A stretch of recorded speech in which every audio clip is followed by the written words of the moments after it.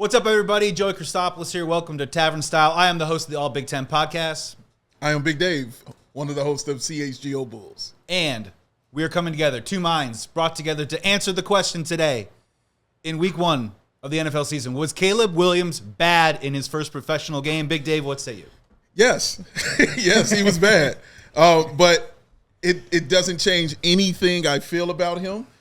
If this was year 5 and he was doing this, yes, then you'll be concerned. Even if this was, let's say, Thanksgiving and he was having this kind of game, I would be a little more concerned. All I saw was the guy who looked like a rookie out there, who's realizing I'm in the NFL, who realizing, oh, man, once I make one move, these dudes who weigh 320 pounds run a 4.6, they'll still be here. Oh, man, those guys are still covered down the field. Because, yeah, you're playing the best of the best. So I just feel like he was just realizing and recognizing I am in the league right now. And they made him look like a rookie, and I expect him to be better after that. Welcome to the NFL is very fair to say for his first game. I was really surprised at the inaccuracy. Okay. And that's where I'm going to drill in on the bad side of it. I think we're going to, by the end of this thing, we're going to talk ourselves into, well, this could have happened, and if this is a little bit better, Caleb Williams is going to have a better season. But for that first game, I was really surprised at some of the inaccurate throws down the field to Keenan Allen. But even some of the stuff in the middle of the field, you could tell it was either on the back shoulder, it was at his knees a little bit. So do you buy the argument then when Caleb Williams says, I never get nervous for a game, are you buying in that he was a little nervous? I don't think he was nervous. I do think he had a, oh, shit moment. Like, oh my God, like this is the league. Like I think moving a little fast. Yeah, exactly. Look at the throws that he was having. That was clearly somebody moving very fast. You know, he was overthrowing those guys at least 5 yards, man.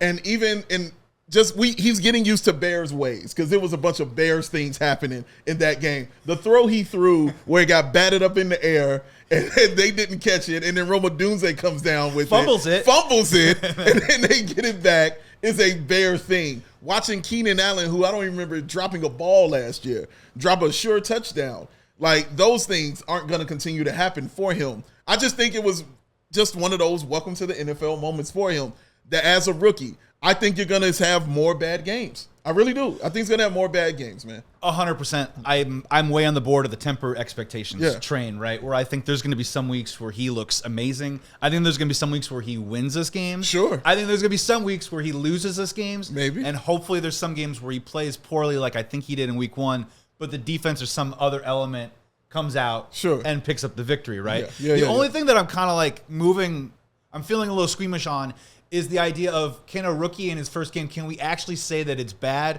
or are we allowed to say that he wasn't good and it's all relative? Yeah. You know what I mean? I think so. Because to your point, just really quick, the thing I was thinking about on the drive over here is that you're talking about his first game in the NFL.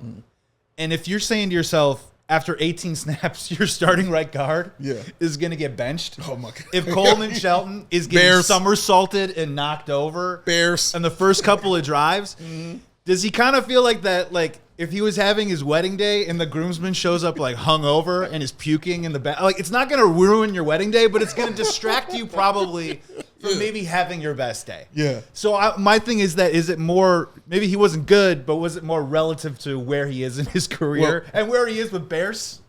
Well, first of all, I think you have a story to tell about your best man throwing up on your wedding day. I'm just saying. You can share this here. This is a safe space. We can have that discussion also. I'm looking at you, Dave. No, but yeah. But no, like, you know what I mean? Like, stuff goes wrong, and the bullets were flying, and I don't think it was a perfect scenario, and he was affected by it. Yeah, no, yes. All of that is, yes, I think it was affected. To say if he was nervous or not, he says he doesn't get nervous, so I don't think he was nervous. But he might have had some nerves, if that makes sense. Like I said, just those overthrows, throwing the ball a little bit short to certain receivers, not seeing certain receivers who are maybe open on a quick out, but he's trying to make the big play, or he's looking down because he sees the lineman about to just, come at him and get him. First of all, the center of the Bears, oh my God, ass. All right, but that dude was getting trucked. And so getting pressure right up the middle in your face as a guy also who's like 6 feet tall, getting that right up the middle in your face will throw you off as a rookie, and it will throw you off as a grown NFL player. I don't care who you are. But, yes, I think all of that stuff affects him. I think it's all relative. I really do. I think that, yes, you can say he's bad. Yes, you can say he didn't play well. All of those things are facts. And maybe I would feel differently if they lost the game. You know what I mean? But I feel like if we only had the 8 offensive points that they put up in the game. You know what I'm saying? Yeah. But I feel like this is what I've always said about this team is, you know, they're going to be each other's crutches on this. Like, there are going to be might, as you mentioned, that Caleb will win you a game for them. And maybe the defense isn't playing so well. Or maybe special teams isn't on it that day. Or maybe the offense just isn't kicking in. This is a team. This is why we saw Jalen Johnson come up behind him during the interview and tell him, we got you. You know what I'm saying? We got you, rookie. Like, this is a team, bro. You saw them talking in the locker room about that. This is a team effort out here. And I just think Caleb knows that he's a part of that team, and he had a bad game, but he won it. That's important. So here's what I think the big question is on the way out of this. Okay. Is everything that you're mentioning, I think, is going to help Caleb eventually find success. That's what I want to believe, right? Yes, sir. Yes, sir. But let's just say for half a second, this is going to take like a month. Okay. Right? Fair. Like, let's just say, I mean, obviously next week, tough in Houston against the Texans, got to go on the road against the Colts. Tough. And then you come home for the Rams, right? Those are not the easiest matchups in the world. No. So what if this thing kind of takes a month a little bit?